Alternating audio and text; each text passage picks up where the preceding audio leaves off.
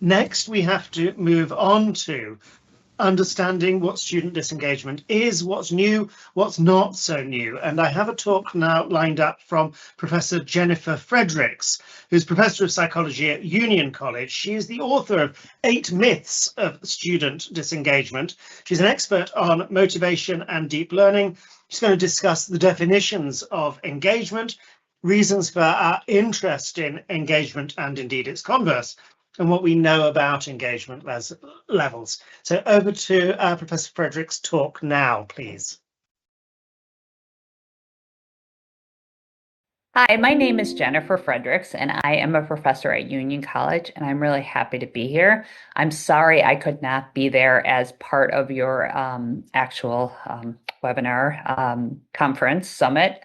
I am teaching at this time, but I've been asked to provide a little context to engagement. To just give a little background, I do research on what is engagement, how do you define it, how do you measure it, what do we know about rates of engagement? I've looked at those questions both in the United States and internationally.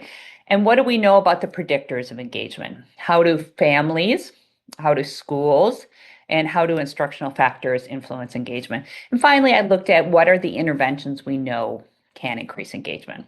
So I've just been asked to give a little bit of context on what is engagement, what do we know about rates of engagement, and why is it important? So first, what is engagement? My colleagues and I, probably one of the pieces of scholarship I'm most known for is a 2004 article where we tried to answer that question. Engagement, there's an increasing interest in engagement, which is great, but I've also been increasingly concerned that people are using this term to mean very different things. So what we did in this review article is we looked at and we argued that engagement is a multidimensional construct that includes 3 components. It includes a behavioral piece, which is what there had been a tendency to focus on prior on task behavior. But there's also an emotional piece and a cognitive piece. And a student varies on all 3 of these dimensions. So for behavioral engagement, we look at participation in both classroom activities as well as participation at the school level, concentration, attendance, answering questions, effort, following rules, attendance, lack of disruptive behavior. So that's the behavioral piece. The emotional piece is the emotional reactions to the task, to the teacher, to peers, to school, as well as connections. An individual, do they feel like they belong? What is their connection and relationships to both their peers and their teachers? And then finally, there is a cognitive piece. So many students will kind of go through the motions and they'll do school for a grade, but they're not really engaging in deep learning. So a student who is cognitively engaged are using deep strategies rather than surface levels to try to understand material, apply material. They will go beyond what is required. They persist when things are difficult, and they're really focused on deep learning and understanding. Again, and as I said, students vary on all 3 dimensions, and these different patterns have different outcomes. So why are people so interested in engagement, and why has there been an explosion? Well, there's several reasons. The first is we know engagement is malleable. You can change and you can increase engagement. Now, engagement is an interaction of both that individual, the student brings individual, both her demographic characteristics and motivational factors, but it's also a function of the environment. And we know from the engagement intervention literature that you can increase engagement by making changes to both the social and the academic context. So there's a lot of excitement because we know it's something that is malleable. Second, we know that when students are more engaged, it's related to a range of positive academic outcomes.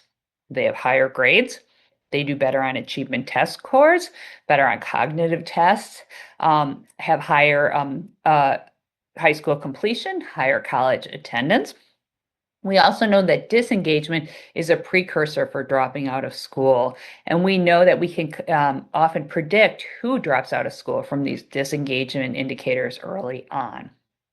We also know that as our economy and our world is changing, the skills that will allow a student to survive and hopefully thrive are communication skills, critical thinking skills, deep learning creativity, which are really happen when a student is cognitively engaged, especially the cognitive piece, but all pieces matter. And finally, we know engagement protects against some risk behaviors, including delinquency, substance use, and high-risk behavior. So it has a range of benefits and protective factors, and we know we can change it. So what do we know about engagement levels? And there's data both within the United States internationally. The PISA data set, which is an international data set that countries participate in, has good measures of engagement. When we look at these measures over time, we see, now depending on the study and how they are measuring engagement, we see rates as high as 40 to 60%.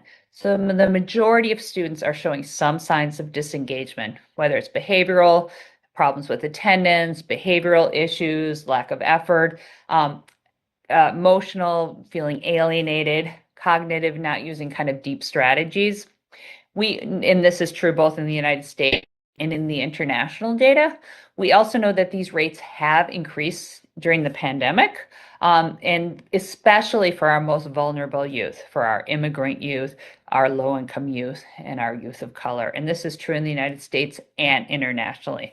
Now, the most recent statistics have suggested that rates of disengagement have gone down slightly since the pandemic, but they are still high, and especially for our most vulnerable youth.